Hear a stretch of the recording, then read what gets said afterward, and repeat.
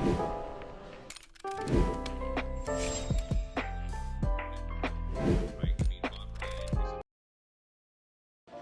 Ryan Goodman and Tanguay podcast is brought to you by FanDuel, the exclusive wagering partner of the CLNS Media Network. All right, folks, it's that time again. Gary Tanguay, Bob Ryan, Jeff Goodman, Ryan Goodman, Tanguay along for the ride podcast, and we are brought to you by FanDuel, the exclusive wagering partner of the CLNS Media Network, because right now new customers get a no-sweat first bet up to $1,000. That's up to $1,000 back in bonus bets. If your first bet doesn't win, just go to FanDuel.com/Boston to join today. Okay, guys, here we go. Let's start with the rumor mill. And by the way, we will get to Bob Ryan's T-shirt later in the show. It's just, he is so hip right now. He is like retro cool. Retro. He's had that. Wait. He's had that T-shirt for how many years? I'm not sure it's retro. I think he bought it and still has it. Yeah. 31. Talk. Anytime I see Bob Ryan in an uncollared shirt, it's like a holiday. Here we go. So I think something's afoot with Jaylen Brown. Bob, I'll start with you. Something smells rotten in Denmark to me. I'm reading the tea leaves, and this is what I read. I don't think Brad wants to pay him. I think Jaylen doesn't want to be here, and the only way he'll be here is if he gets paid. I think that Brad Stevens has shown that he can be cold and heartless and all about business when he traded Marcus Smart. Something smells with this Brown thing. Your thoughts? I'm not as, deeply suspicious as you appear to be at all. But I must say the one loose end in my mind is that he's never expressed complete fidelity to the city or the cause. He's had opportunities, I think, and he left people wondering what's he really think about being here, and we know that. B, there's this lingering issue of how good he thinks he is and whether he should be regarded as the equal of Tatum, and does he want to go somewhere, to quote, have his own show, unquote, a la Kyrie, years ago. This is all just all speculation because he's never, he only leaves you wondering. He doesn't say anything about it. But I still think they'll get it done. I just think they got to pay him. I wish they didn't have to pay him the max. I've gone through that because that's the reason they have to pay him the max is a stupid reason, because he made second team all league. I mean, that's absurd. They should never have been codified. But anyway, it's the reality. And so I'm worried, but I'm not worried. I'm anxious to get it done. I still think it'll be done. Again, I said this last week a little bit. Is it dragging a little bit because Brad Stevens is so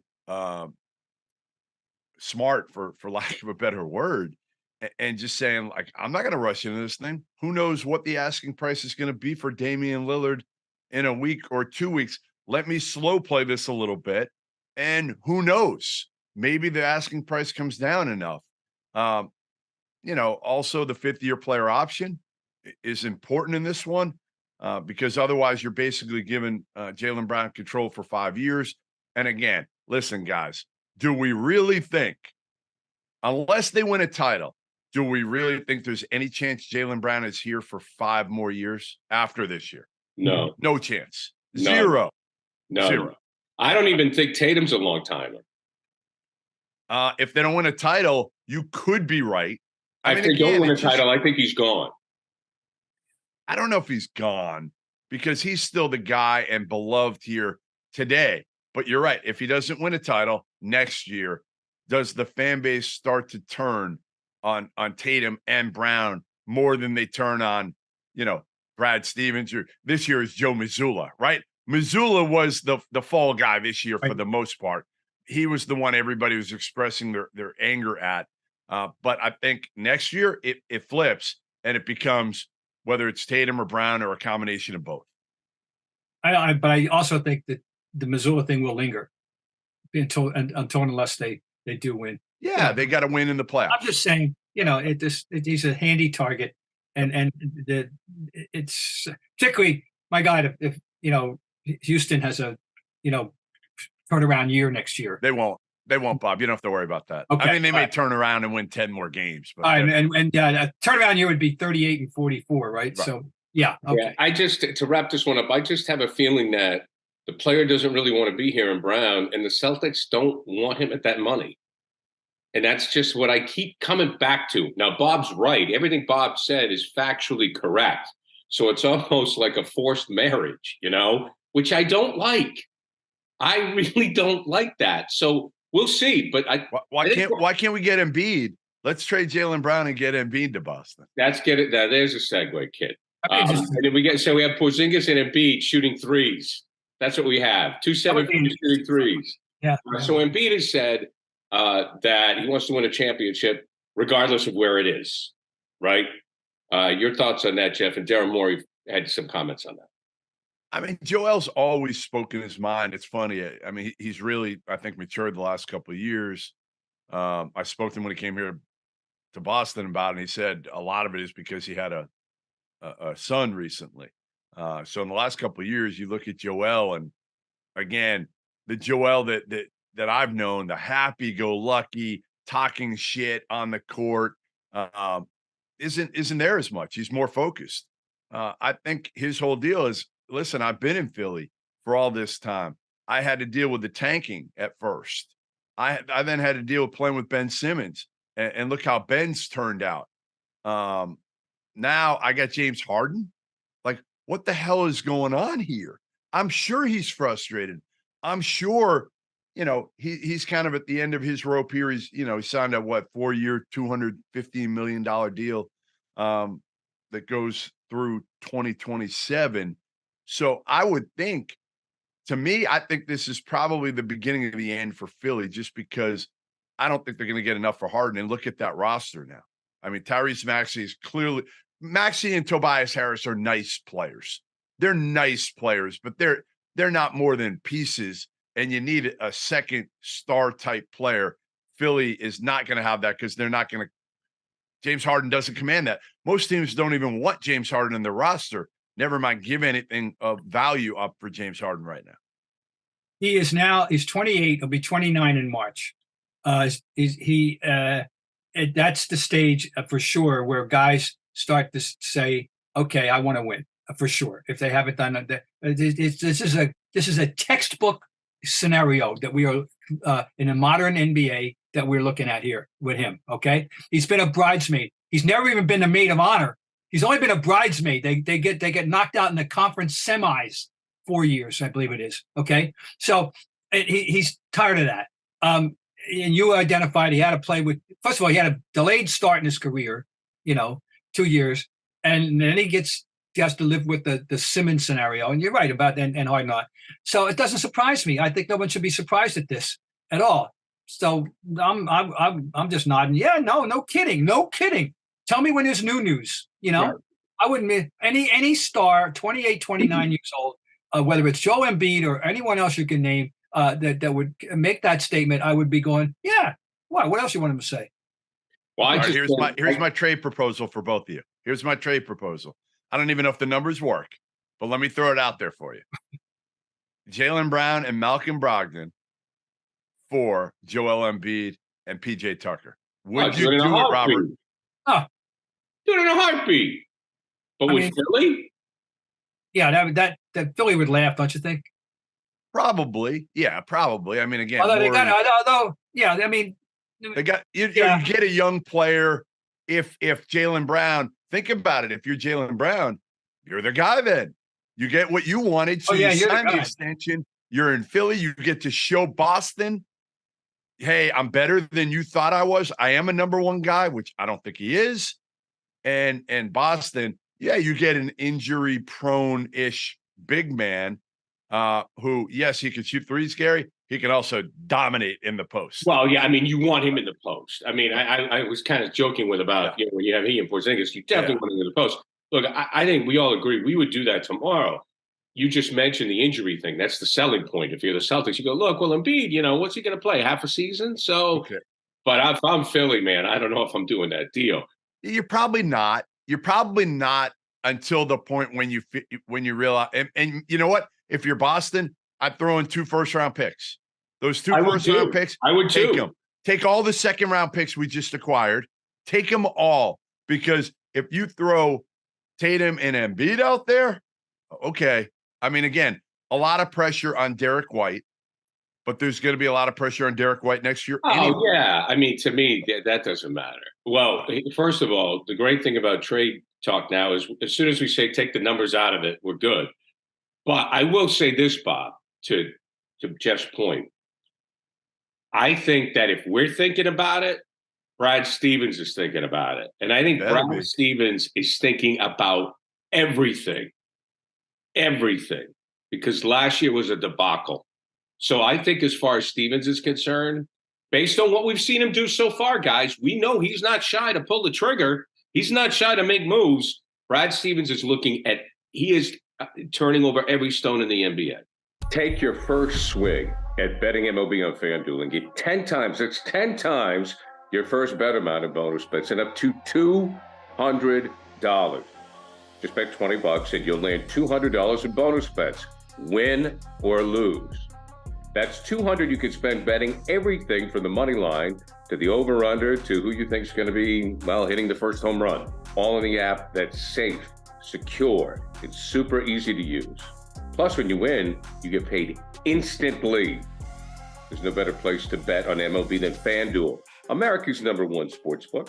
So sign up today and visit FanDuel.com/Boston and get up to $200 in bonus bets. That's FanDuel.com/Boston. FanDuel, official partner of Major League Baseball. I would buy that. So here's what I'll tell you. I'm looking at the numbers as we speak. Jaylen Brown's at 31.8. Brogdon's at 22.5. That's about 54.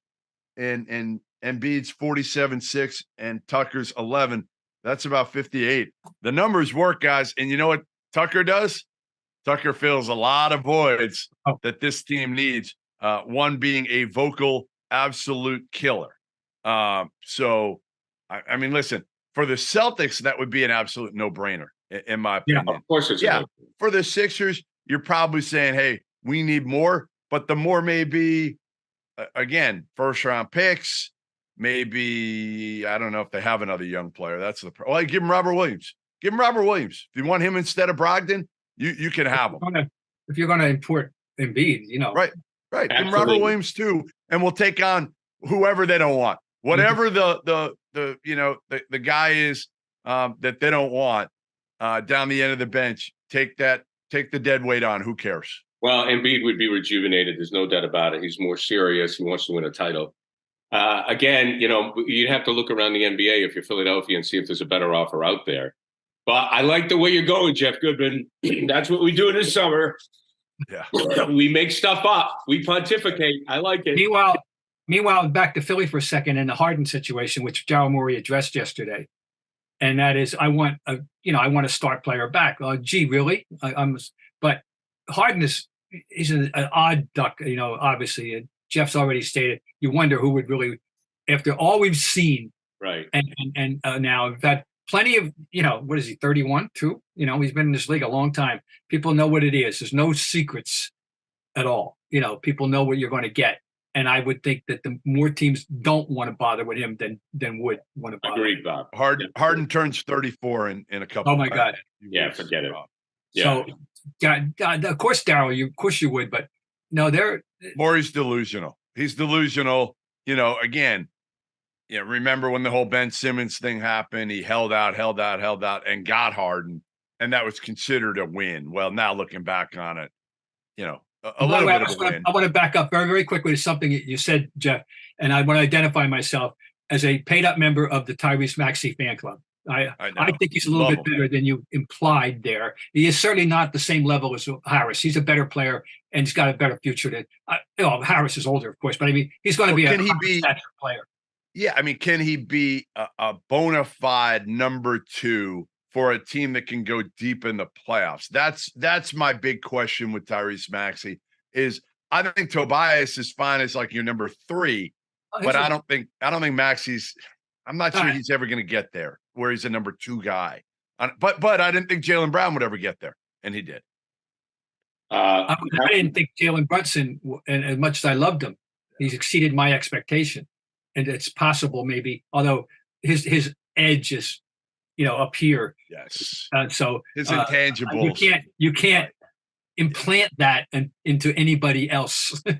What he brings. That's impossible. So. Well, yeah, speaking of that, as we go to as you guys termed the Villanova Knicks with DiVincenzo, Josh Hart, Jaylen Brunson together. Jeff, you know these guys very well. How do you see this working out? I mean, those dudes are just winners. Like, that's what they are from Villanova. They won titles. Brunson was, I think, the only guy to win 2 titles. He won one coming off the bench and then won one as a starter there in the modern era here. Bob talked about his intangibles are just off the charts.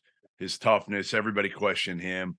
Now you bring in Josh Hart and DiVincenzo, 2 other Villanova guys on those championship teams. And, you're just building a Knicks franchise now with good culture, right? Good culture. Are they talented enough to make the next jump? I'm not convinced of that.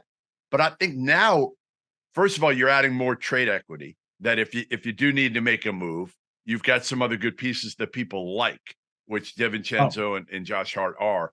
You got to make a move at some point. The only way you're going to take that jump and be, to me, Eastern Conference title contenders is to move one of Julius Randle or RJ Barrett or both for, a better star to play along with Brunson. But again, they've done a good job getting to this point. I think they're a little bit maxed out with their current roster right now. But man, Brunson has been everything and more that they could have asked for.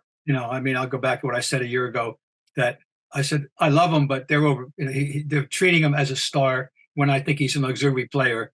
Bob, mea maxima culpa. Bob Ryan, you were wrong. Happily wrong. I love being wrong in that manner. And the guy had a sensational year, and there's no reason why that won't continue. Now let's get to Bob's T-shirt. Now, Bob's T-shirt, I absolutely love. And for those maybe who don't know, and I don't know why you wouldn't, there's Larry Bird, there's Magic Johnson. It is the dream team. And we're going to talk a little FIFA basketball, and I'm going to introduce this topic with a story. Ron Borges, who was, I believe, rooming with Bob Ryan at the Seoul Olympics. No, Barcelona. I'm sorry, not Seoul, Barcelona. So Borges tells me they were both working for the Globe at the time. He says, I asked one question to Bob Ryan, and he answered it over the next 48 hours. Borges said, he said to Bob, I mean, all these pros playing, what's the big deal? And Bob went, whoa, what do you mean, what was the big deal? I mean, Bob, I remember that, and we know that it changed the scope of the Olympics and amateurism was gone, and we loved that and so forth. But that was just such a monumental cultural moment with Jordan and Magic and Larry and all those guys on the same team. Take us back to that, if you could. It was an extraordinary experience. One of my favorite memories of a 44-year career with the Globe, and it was exceeded any expectation for the scope. Because it was not about winning and losing. Everybody knew they were going to win. Yeah. This was about exposing, and the whole purpose of it. Americans will still, some people just refuse to acknowledge what I'm about to say because they just don't understand. And that is, that this wasn't America's idea. This was the idea of Boris Stankovic, the executive secretary, or whatever the title was, the big cheese, the big kahuna of FIBA at the time. He was a Serb who had, and he had been a basketball player. Anyway, he was the cheese of all the rest of the world's basketball FIBA. He wanted to raise the bar to show the rest of the world where they have to be by bringing in the Americans' best players and showing that what this is what you got to strive for. And we didn't even vote for it, by the way. But we reluctantly went into this. Stern went along with it, and we constructed this dream team in 1992 to go to the Olympics, the first professionals, but it wasn't our idea. Okay, so the tip off was immediate. We get to Portland for the tournament. We had to qualify, by the way, for the Olympics. We had to qualify. And it was a tournament of the Americas, North America, South America. It was in Portland, Oregon. And our first game was against Cuba. And before the game started, Cubans asked to have a joint team photo taken as a keepsake. Then we went out and obviously buried the Cubans. And a great line from the Cuban coach about the scope of the American splendor of this team. And it was, one finger cannot cover the whole sun, he said. and so, so that's began the ritual. Before every game, the team had the photo taken. And my favorite isolated moment of the entire Olympic experience was we're playing Argentina. And they had a guard named Marco Milanesio, who was 6'5", a good player. I'd say, Jeff, the kind of guy could be player of the year in the MAC, okay. And he'd get drafted, but he wouldn't make the team, but he'd make somebody work hard. You know what I mean? That kind of guy. Anyway, good player, 6'5". He finds himself on a switch where he is being guarded by Magic. And he's posting up Magic on the switch, the Magic switched off. And he's facing the Argentine bench. And he's yelling to them, "Fotografia, fotografia." Something to show the grandchildren. Totally. I want to see that photograph. Okay, that. So anyway, now we get to Monte Carlo, and that was another experience, and for a week. And point being, everywhere they went, and in Barcelona they were rock stars. They were complete rock stars. It was and everybody else lived in the village. They lived in a 4-star hotel, and nobody cared. I mean, nobody thought they heard, nobody mind. Anyway, and then, and the games go and we're showing them how to play basketball. And we trailed once for one possession in the entire Olympics. And that was against Croatia in the championship game where we fell behind something like in 1918, something like that. One possession lasted less than 20 seconds because Barkley came down and drilled a 3 to put us ahead, and we never looked back. And here's the great one, guys. Chuck Daly, in the course of the entire tournament, never called a timeout. and so there was no need. So anyway, never needed to call a timeout. So that's that. I mean, but the experience. Now here's what I'm summing it up.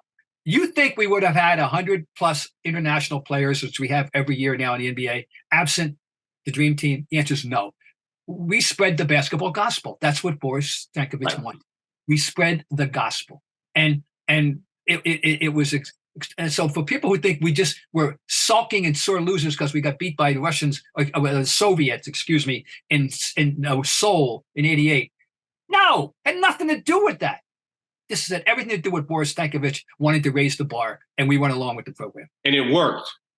It's worked. Look at the NBA today. Well, we're better for it, though. We're much better for it. Hey, our last 3 MVPs, who are they? Yeah, a Greek, national guys. Yep, a Serbian, and a Cameroonian. Yeah, and we love the way they play the game. I mean, we love to watch Denver. No, and that's the tip of the iceberg. I mean, we have a little Slovenian in Dallas. He's not too bad. And but we've got all anyway. You get a Frenchman as your number 1 draft pick. Okay, so now you want to know about the shirt. Go ahead. It's the last day in Portland at the Tournament of the Americas. We Sunday, and I am writing at the scores table where we were, and after the game, and I hear an announcement over the PA that they were having a closeout sale on merchandise. Anybody interested? Now's the time. I went up to the stand and found this T-shirt, a Larry Magic T-shirt. And on the front, you can see their images. On the back, done as the respective 10 commandments are their achievements at the time, by 1992. So I've had this shirt for 31 years. And it's one of my great possessions. I love that. I break it out on important occasions such as this one. And now you have some thoughts. You have the schedule for international basketball. Yeah, now we got to. Bob, are you going to get a FIBA World Cup 2023 shirt too with Paolo Banchero's? Paolo Banchero or Bobby Portis, That's right. No, I mean we will discuss this in depth more when we get closer because it doesn't come until the 25th of August. But just so people know, the FIBA World Cup, which of course FIBA wants to make into a more important championship than the Olympics. And the rest of the world has always honored it a little more than we did. We're going to have a team coached by Steve Kerr, and it's on the 25th of August in the Philippines, Japan, and Indonesia. How about that, ladies and gentlemen? And we are in Group C with Jordan, Greece, and New Zealand. I'll just run down the roster quickly, and you can contemplate over our roster: Paolo Banchero, Mike Bridges, Jalen Brunson, Anthony Edwards, Tyrese Halliburton, Josh Hart, Brandon Ingram, Jaren Jackson Jr., Cam Johnson, Walker Kessler, Bobby Portis, and Austin Reeves. That's our roster. What, LeBron's not making a trip? It's a B. What would you say, Jeff? A B plus roster or B? Yeah, I mean, I'm trying to think who, you've got some. Paulo's going to be a star. You know that. Brunson's on the verge of it. Anthony Edwards could be a star. Halliburton's one of the best 25 players, I think, in the game right now. Jaren Jackson's terrific. So I think you've got a handful of future stars and then some good young pieces. Obviously, the names that are missing a little bit that you thought might be on a team like this, a Zion Williamson, if he was healthy. John Morant obviously is not going to be on this roster right now, but Tatum's at the next level now, right? He's already established himself. But these are guys that are on their come up. Yeah. I was looking at big men. We got Jaren Jackson Jr., who I forgot, frankly. He was a defensive player of the year. Oh, he's awesome. Yeah. Awesome. I didn't know his nickname, the Block Panther. I didn't know that. I love that. I didn't either. That's what they claim it is on Wikipedia, by the way. Yeah. Walker Kessler should be honored, huh? Yeah. He can block shots, though, can he? Hey, listen, he's been way better because he's not super athletic, but elite shot blocker. Have you looked at Canada's roster? I'm looking at Canada. I'm just going to give you one more name that a year ago you would have absolutely said, okay, Bob, you've taken leave of your senses. This guy has zero chance of being on any team. Austin Reeves. Yeah. I mean, he talk about a upward mobility. Undrafted to he could shoot the hell out of the ball. Here's Team Canada, American. Right. Yep. Jamal Murray, Shai Gilgeous-Alexander, RJ Barrett, Dylan Brooks, Lou Dort, Nickeil Alexander-Walker, Kelly Olynyk, Dwight Powell, Celtic O'Shea Brissett, and Corey Joseph. Big missing, Andrew Wiggins. I don't know what the deal is there. Wiggins is just a different dude. He's always been a different dude. He's kind of done his own thing. But listen, Murray and Shea. They got perimeter power there. Yeah, Murray and Shea are great. But I'll tell you what, I love the Brunson, Halliburton point guard, young 2 point guards for the U.S. That are elite. And they got guys on the team that can shoot the hell out of the ball. That's the thing. Like Mikal Bridges, Cam Johnson shoots the hell out of it.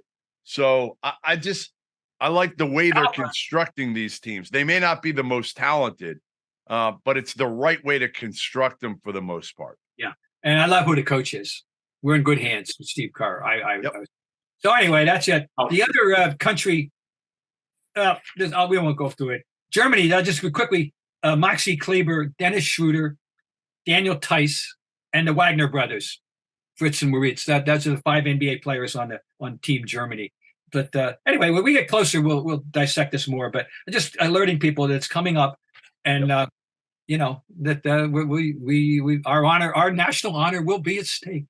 Well, I love the Bob Ryan Dream Team stories, and just as I wrap things up, I cannot think of a better coach for that team than Chuck Daly. Chuck was perfect. He was central casting, sent a coach whose ego would not get in the way. And let me give you a Chuck Daly moment, and then on our farewell, right? So, of course, I knew Chuck from BC back in 1969, and we got very friendly. And as a matter of fact, when he left BC to go to Penn, take the job, he invited my wife and myself over with our infant son to dinner, and we in Jamaica Plain where he lived. Yeah. Anyway, Chuck and I were friendly so we find ourselves in Monaco at the end of the day, up at the swimming pool at the Loews Monaco where we stayed, and Monte Carlo where we stayed. And I'm laying on one divan, and he's laying on next to me. We're looking out at the Mediterranean, and he says, "God, whoever thought it would come to this for both of us." Yeah, so there you crazy. Go. God rest your soul, Chuck Daly. You were a tremendously fun guy to know. I love the guy. I mean, I think he was great for the league. Bob Ryan, always a pleasure. Jeff Goodman. Until next time, this episode of Ryan Goodman, Tanguay Along for the Ride Pod and Zoom is brought to you by FanDuel, the exclusive wagering partner of the CLNS Media Network. Gentlemen, until next week. The CLNS Media Network is powered by FanDuel. Sign up at FanDuel.com/Boston and get in on the action with $200 in bonus bets guaranteed.